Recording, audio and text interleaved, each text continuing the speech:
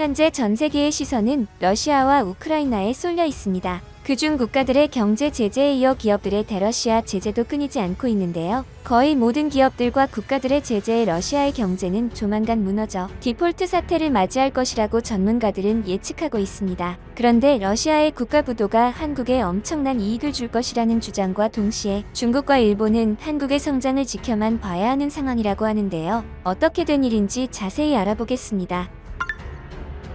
구독과 좋아요 한 번씩 부탁드립니다. 현재 러시아의 우크라이나 침공이 열흘째 이어지면서 글로벌 민간 기업의 러시아 보이콧 움직임이 확산되고 있습니다. 마스터카드는 우크라이나에서 발생한 전례 없는 분쟁과 불확실한 경제 상황을 고려해 러시아에서의 서비스를 중단한다며 우리가 러시아에서 25년 넘게 일해왔던 만큼 쉽게 내린 결정은 아니지만 모두가 바라는 더 나은 미래를 위한 선택이라고 밝혔습니다. 이에 앞으로 러시아 은행에서 발급한 마스터와 비자 카드는 해외에서 사용할 수 없게 됩니다. 또 다른 나라에서 만든 마스터와 비자 카드로 러시아 기업의 상품과 서비스 구매를 할 수 없습니다. 영국 로이터 통신은 세계 양대 신용카드 업체의 제재는 물가 급등과 외국 제품 수입 차질 문제 등에 시달리고 있는 러시아인들에게 심각한 타격을 추가하는 것이라고 지적했습니다. 빅테크 업체들의 사업 중단 선언도 연이어 나오고 있는데요. 포토샵으로 이름난 미국 소프트웨어 업체 어도비도 러시아에서의 신규 영업을 중단한다고 밝혔으며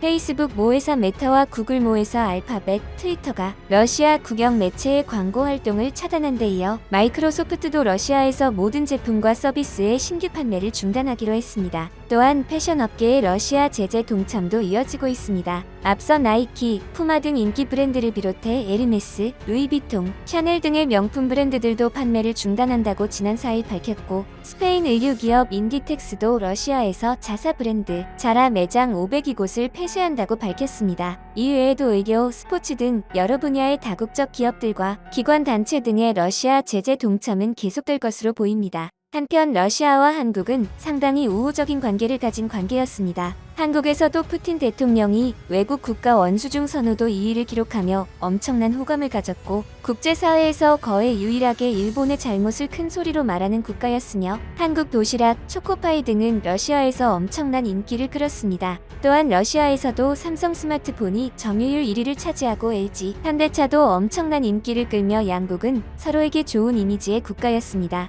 하지만 우크라이나 사태가 시작된 이후 한국은 다른 나라와 마찬가지로 대러시아 제재를 시작했습니다. 아무리 우호적인 국가였지만 한국은 과거 침략을 당한 나라였고 많은 서방 국가들의 엄청난 도움을 받아 눈부신 발전을 이룬 국가이기에 대러시아 제재를 할 수밖에 없었습니다. 더불어 우크라이나가 삼성전자의 러시아 사업 중단을 요청했습니다. 미하일로 페드로프 우크라이나 부총리 겸 디지털혁신부 장관은 트위터에서 삼성의 세계 평화를 위한 한 걸음을 촉구한다며 러시아의 탱크와 미사일이 우크라이나 유치원과 병원을 폭격하고 있는 상황에서 삼성의 멋진 제품이 러시아에서 사용되지 않아야 한다고 강조했습니다. 이에 삼성전자는 삼성전자의 러시아행 물품 출하를 중단했으며 우크라이나 난민에게 600만 달러 약 73억 원을 기부하는 등 지원에 나섰습니다. 삼성전자는 지난 5일 우크라이나 난민에 대한 인도적 차원의 구호 물품 지원 등을 국제기구와 연대에 추진하고 있다고 밝혔습니다. 우크라이나 적십자 등에 기부하는 600만 달러의 지원금에는 100만 달러 상당의 가전제품 현물도 들어있으며 임직원의 자발적인 기부금도 추가할 계획이라고 알려졌습니다.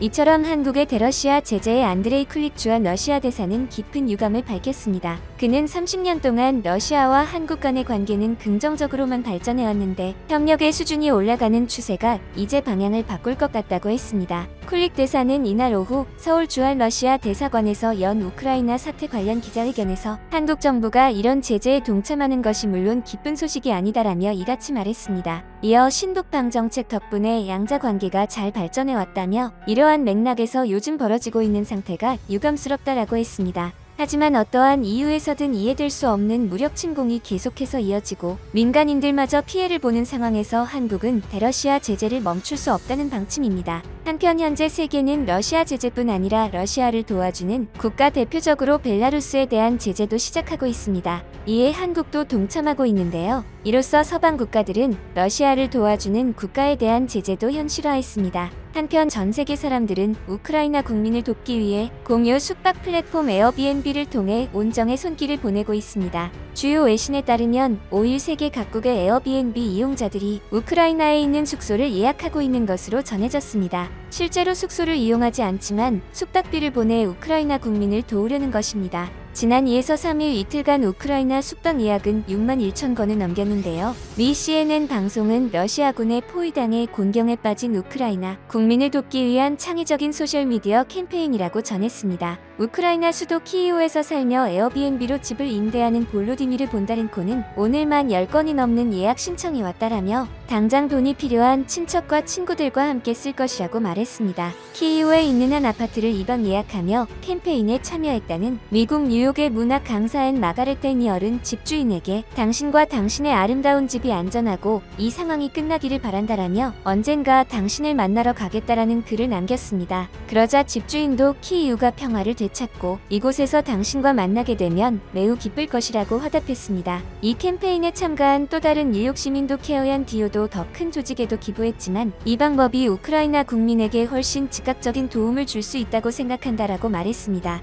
한편 이와 같은 도움에는 배우 임시완도 동참했는데요. 임시완은 4일 인스타그램에 공유 숙박 플랫폼을 통해 오는 7일부터 다음 달 4일까지 한 달여간 우크라이나 키이우의 한 숙소를 예약한 내역을 공개했습니다. 공개된 사진에는 임시완이 호스트에게 한 달간 당신의 숙소를 예약했고 당연히 나는 방문하지 않을 것이라며 당신과 키이우에 있는 사람들이 안전하길 바란다고 보낸 메시지가 담겨 있었습니다. 한편 일본과 러시아의 관계 변화가 심상치 않아 보이는데요. 일본 정부가 이전까지 러시아를 외교 안보상 파트너로 대우했으나 앞으로 국가 안보상 과제로 변경할 전망이라고 일본 요미우리 신문이 6일 보도했습니다. 현행 국가 안보 전략 문서에 러시아는 국제사회 안정을 위한 파트너와의 외교 안보 협력 강화 항목에 기재돼 있습니다. 구체적으로 안보 에너지를 포함한 모든 분야에서 협력을 진행시킨다. 인력 관계를 전체적으로 상향시켜가는 것은 우리나라의 안전 보장을 확보하는 데 지극히 중요하다고 적혀 있습니다. 이 전략을 만든 2013년은 아베 신조 내각이 출범한 다음 해로 일본과 러시아가 첫 외교 국방장관 회담을 여는 등 관계 강화를 추진했던 때였습니다. 아베 전 총리는 블라디미르 푸틴 대통령과 여러 차례 정상회담을 갖고 8년이 넘는 재임 기간 9일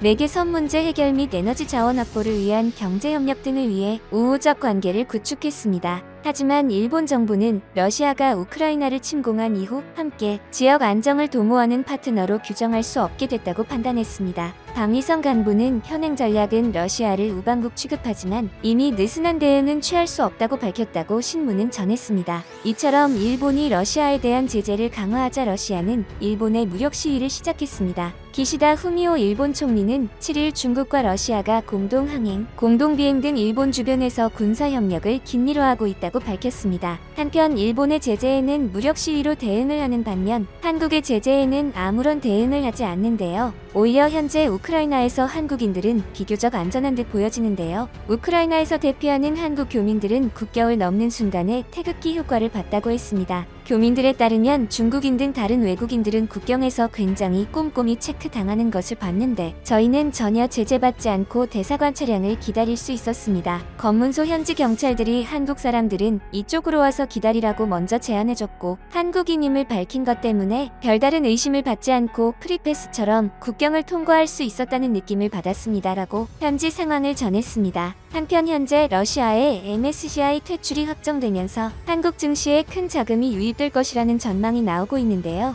MSCI 신흥국 지수에서 러시아가 차지하는 비중은 1.49%이고 한국 비중은 12.25%입니다. 이에 러시아 비중이 0으로 줄어든다면 한국은 12.43%로 0.19% 증가하게 되죠. 현재 전문가들은 한국 증시에 적으면 1조 원 많으면 4조 원에서 8조 원 정도의 자금이 유입될 것으로 보고 있습니다. 따라서 러시아의 국가부도 사태로 한국이 반사 이익을 가져오는 대표적인 국가가 되는 것입니다. 대한민국을 응원합니다.